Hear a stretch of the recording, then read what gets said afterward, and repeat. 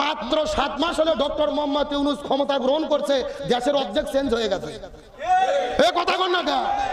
গত 16 বছর ধরে দেখি ঈদের দিনে কত বিপদ, রাস্তায় জাম, বাজারও দ্রব্য মূল্যের ঠেলায় ঢোকা যায় না। সত্য করে সাক্ষী দেন তো, অন্যান্য বছরের সেই বছর ভালো না খারাপ? যেরকম ভালো না খারাপ? আরে ভাই, ডক্টর ইউনূসকে আপনি পছন্দ করতে না পারেন, তবে সত্যকে স্বীকার করতে হবে। গত 3 দিন আগে তিনি চায়না সফর করতে গিয়ে এমন খেলা দেশে পুরো পৃথিবী তাক লেগে গেছে। চীনে যাবার পরে পিকিং ইউনিভার্সিটি তাকে ডক্টরেট ডিগ্রি দিয়েছে। আমরা দেখেছিলাম স্বৈরাচার হাসিনা টাকা পয়সাতে ঘুষ দিয়ে ডক্টরেট ডিগ্রি আনতো। আর ডক্টর ইউনূস এমন জিনিস, যেখানে যায় তারাই তাকে ডক্টরেট দেয়, ডিগ্রি দিয়ে দেয়। আমরা তো জানতাম ডক্টর ইউনূস হলো আমেরিকার দালাল, ইউরোপের দালাল। আর গত 2 দিন আগে দেখলাম চায়না দেশের হাইনান প্রদেশের গভর্নরের তিনি উপদেষ্টা ছিল। আল্লাহু আকবার বলবেন না? তার মানে বোঝা যায় উনি শুধু আমেরিকান না, উনি শুধু ইউরোপের না, উনি শুধু চায়নার না, উনি হলেন বিশ্ব লিডার।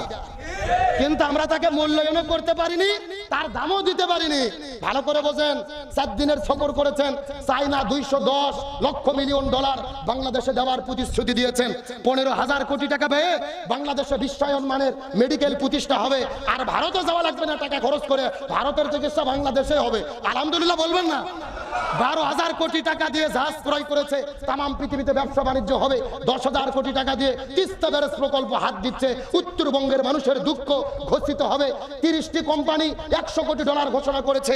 বাংলাদেশে আপনার বিশ্বায়ন মানের অর্থনৈতিক অঞ্চল গড়া হবে।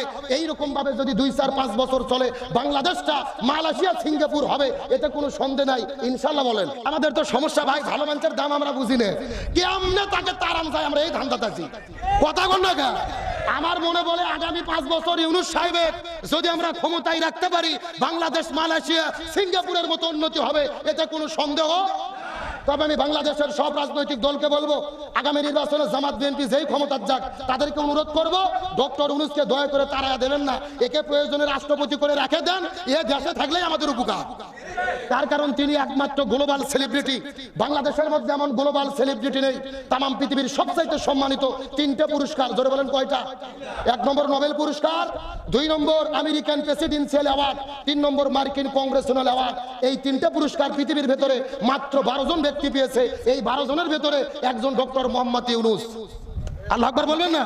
পৃথিবীর 160টি ইউনিভার্সিটিতে ডক্টর ইউনূস সেন্টার রয়েছে, তাকে নিয়ে গবেষণা হয়, রিসার্চ হয়, কিন্তু আমরা তার দাম দিতে পারিনি, আমরা তার মূল্যায়ন করতে পারিনি। ভারত আজকে যদি ডক্টর ইউনূস সরকার না হতো, 3 মাসের ভেতরে সেনাবাহিনী ক্ষমতা নিয়ে আবার দেশের মধ্যে স্বৈরাচারদের ঢুকে দিত। শুধু ইউনূস আছে দেখে ভারত ষড়যন্ত্র করে কোনো পার পাই না। ইউনূস বলেছিল আমরা আন্তর্জাতিক খেলোয়াড়। ও কয় নম্বর খেলোয়াড় বুঝে দিয়েছে।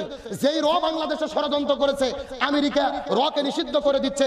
সময় এসেছে ওই কে বাংলাদেশেও নিষিদ্ধ করতে হবে। আমরা স্বাধীন দেশে আর কোন ষড়যন্ত্র দেখতে চাই? তাহলে আমি আপনাদের বলতেছি,